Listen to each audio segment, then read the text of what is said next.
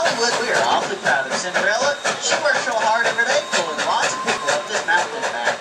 We're proud of her so much that we like to let her show off every now and again.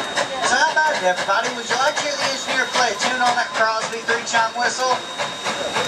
All right then, on the count of 3, let's all tell the engineer to blow the whistle. Ready?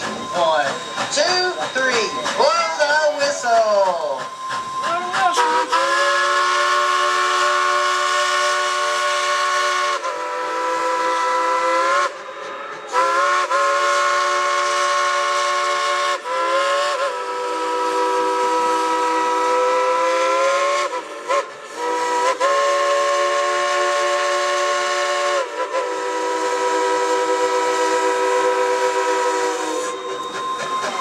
Everybody, let's give Engineer Casey and Cinderella a round of applause.